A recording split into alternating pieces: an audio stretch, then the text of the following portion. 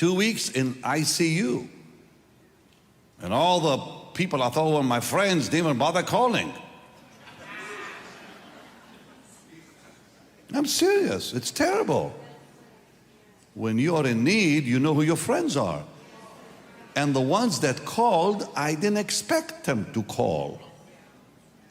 The first man to call me was Pat Robertson. And he's been my friend a long time. The second one, Bonke. Reinhard Bonke. Reinhard flew in and sat there with me in the room. True friend. But people who used to come to my... When you die, it's over. There's no marriage, there's no babies, there's no diapers. Heaven kills it all, it's over. You won't be married to the same wife or any wife. You'll be like the angels, the Lord said, right? So I had a guy one time, I gave an altar call, this fella came and he was crying so bad, I felt so sorry for him. Now I gave the altar call so they can be saved, you know? So the guy comes down and he's really almost beside himself. I said, come on, snap out of it, what's wrong with you? He went on and on and on about how his grandmother died and he wants to go to heaven now because she's there. I had to rebuke him. I'm sorry, I'm old-fashioned.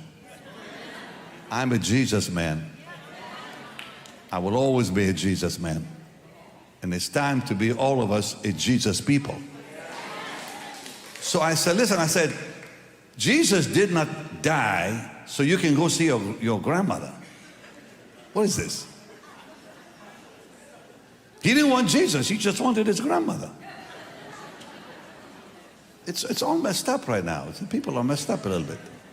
Their heads are messed up. I'm sorry, I lost my filter.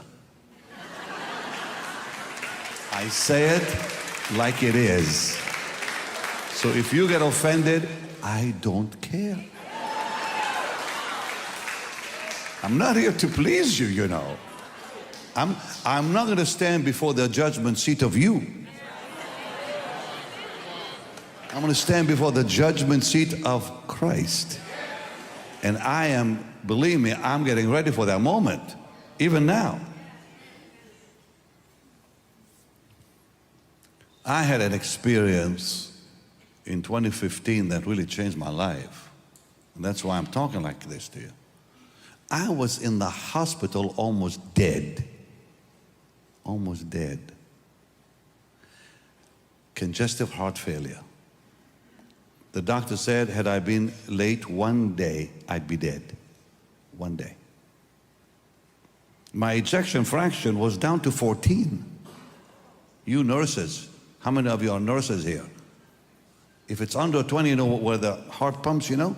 Mine was down to 14. Anything under 20, you're dead. It's actually amazing. I survived. They began to give me all these drugs like LASIK and to pump all the stuff out of me. 2 weeks in ICU. And all the people I thought were my friends didn't even bother calling. I'm serious, it's terrible. When you are in need, you know who your friends are.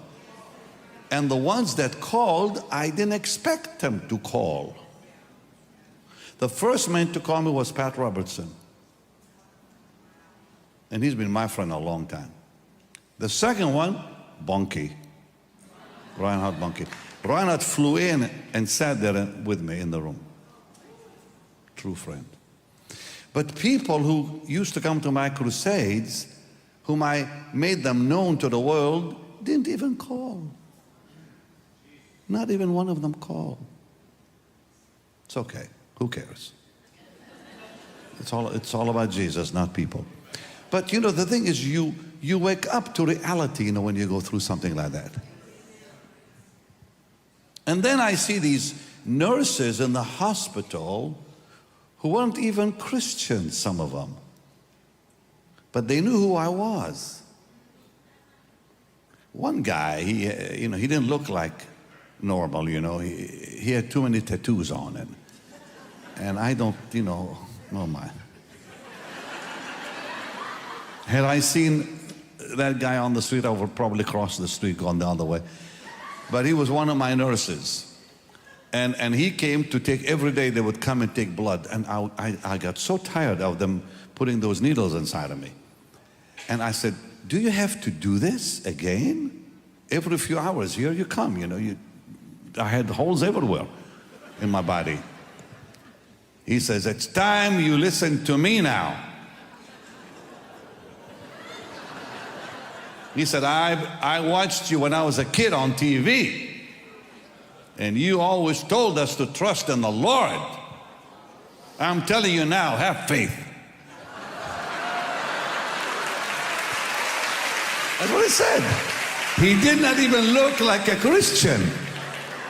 He looked like somebody who came from some planet, space, you know.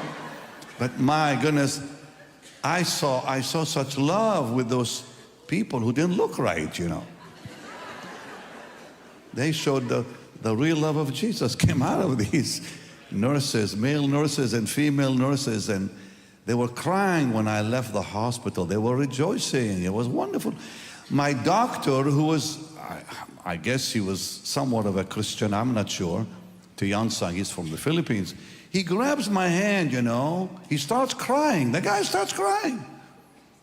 He says, I know who you are, and I will not let you die.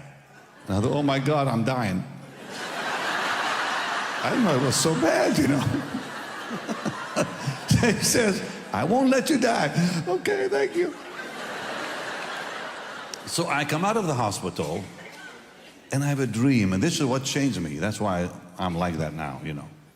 I have a dream, so real, so vivid, so powerful. I'm standing, what seemed to be in heaven, with a group of preachers. I didn't know who they were. I didn't see their faces.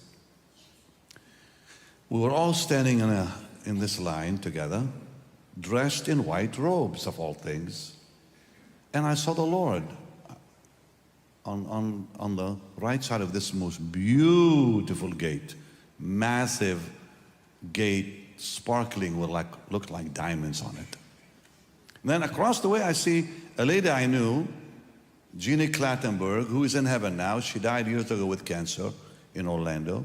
Her husband is Alex Clattenburg, who has a big church in Orlando. And she's sitting on this beautiful organ, playing the organ. And she used to play the organ in church all the time. And I see the Lord doing this. And suddenly the gates open.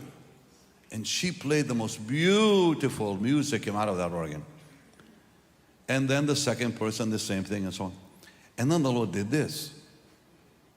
You know, he didn't say a word, he just, yes or no. And when he did this, two massive individuals, most likely angels, I don't know, they came and took that man out of the line, one man, and when he turned around, I saw his face, the fear that struck that man was, I mean, I can still, you know, see it. And then she played, I don't know why, one day I'll find out in heaven, but she played this frightening thing came out of that organ. And then one after another, some yes and some no, but mostly yes, thank God. And then my turn came. Am I going to get in or not? And nothing happened. The Lord just didn't do this and didn't do that. And I woke up. And I'm waking up hearing his voice, like I'm waking up with an audible voice that says, I'm watching you, do not blow it. Well, that's scary. You say, well, how could this be? Look, let's be real. Paul the Apostle said, if I do not put my body under subjection, I will be a castaway. Read it there in Corinthians. So if Paul the Apostle could be rejected after all that he experienced, who are we? So it's time really to take our faith seriously. This is not a game. This is not about ministry and popularity and all this. No, it's about what the Lord says and thinks.